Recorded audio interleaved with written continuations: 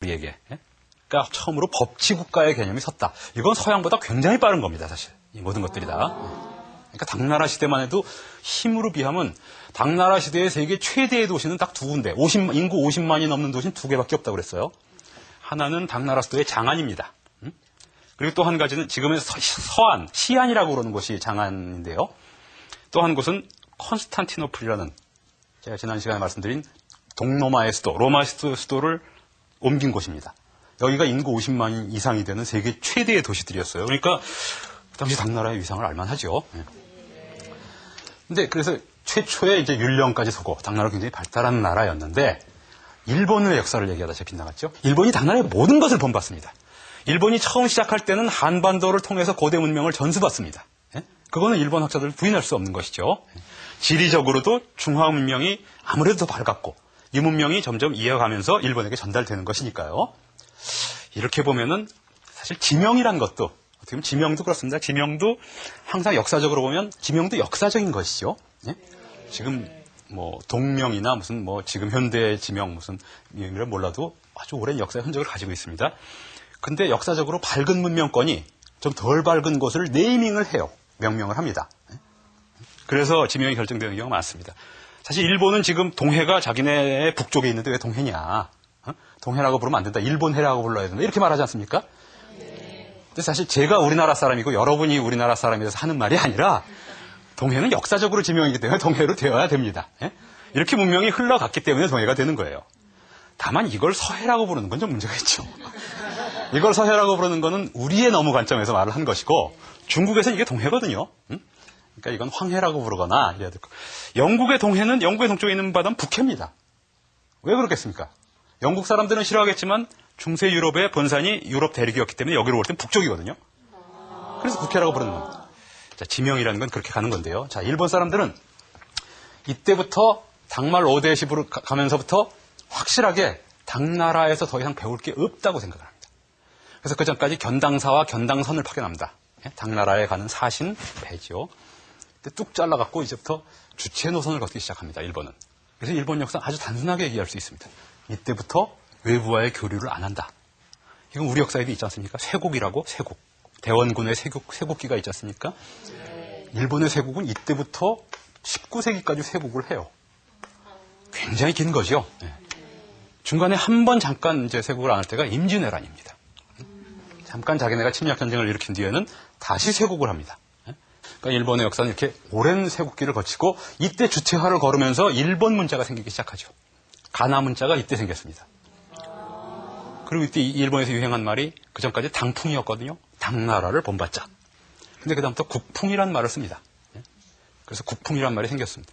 혹시 연배가 있으신 분들은 국풍하니까 우리 오공화국 정권 때 국풍 80일이라는 걸 했는데 이런 거 생각나시는 분이 있을지 모르겠어요. 사실 일본 역사에서 옛날에 주체 노선을 국풍이라고 말을 합니다.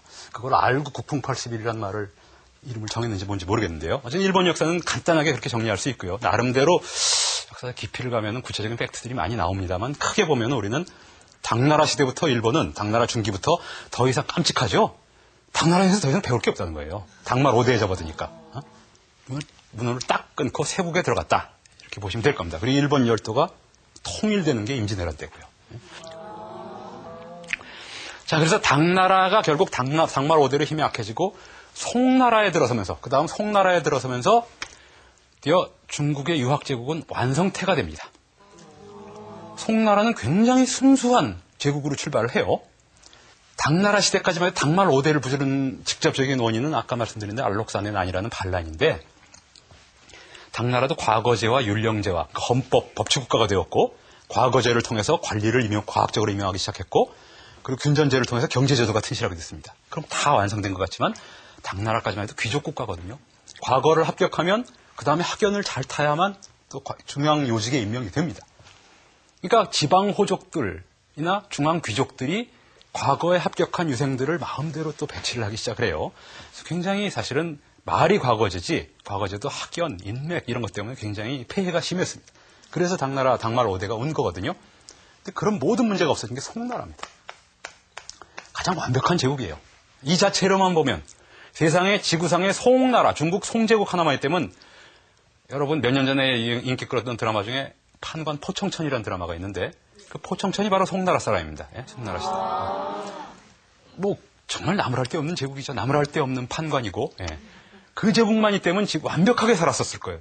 근데 송나라 이전부터 북방민족들이 중국에 조금 개입을 하기 시작하더니 송나라 이후부터는 아예 송나라 개국 초기부터 거란족이라는 곳이, 거란이 요동에 살던 부족인데 송나라 수도인 카이펑까지 침략을 해서 정복을 합니다.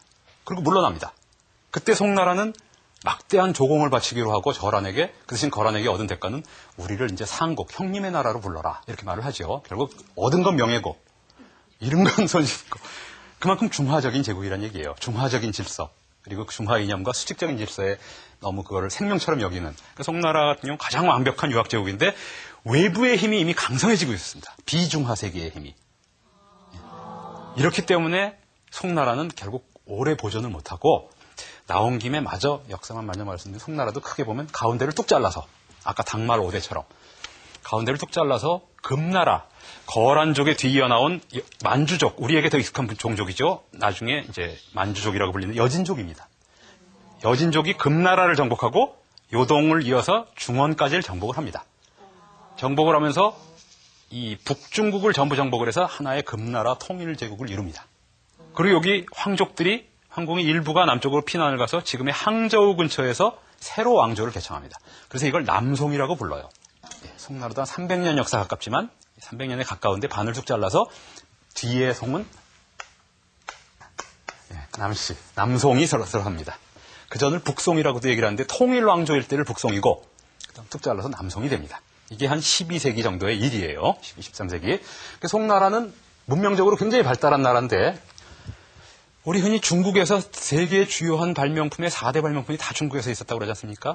화약, 나침반, 종이, 인쇄술입니다. 이 네 가지가 서양의 근대 문명을 이룬 중요한 발명들이에요. 네 가지가 전부 서양으로 건너갔는데 이거는 학설이 분분합니다만 인쇄술은 별도일 가능성이 많고 나침반은 중국에서 발명된 게 전래되었을 가능성이 굉장히 많고요. 그리고 종이도 상당히 전래되었을 가능성이 있고 화약은 워낙 옛날부터 비밀 지식이기 때문에 정확히 알 수가 없습니다. 대체로 봐서 그 중요한 발명품들이 다 송나라나 당나라 때 이루어져서 아라비아 상인들을 거쳐서 유럽에 전달이 됩니다. 기본적으로. 그러니까 그 당시에 동양 문명과 서양 문명의 힘의 관계가 어떤지 충분히 짐작할 수가 있죠. 그럼 그 당시에 그런 문명을 전수받은 서양, 우리는 지금 영미권, 그리고 프랑스, 혹은 지금 북아메리카, 미국, 이런 식으로 중심으로 해서 세계사를 많이 배우기 때문에 이건 어떻게 보면 글로벌 문명에서 승자입니다, 승자. 승자의 입장에서 우리가 역사를 배우기 때문에 서유럽이라는 나라가 아주 옛날부터 굉장히 발달해 있고, 영국, 프랑스는 옛날부터 굉장히 선진국이었을 것 같고, 막연하게 그런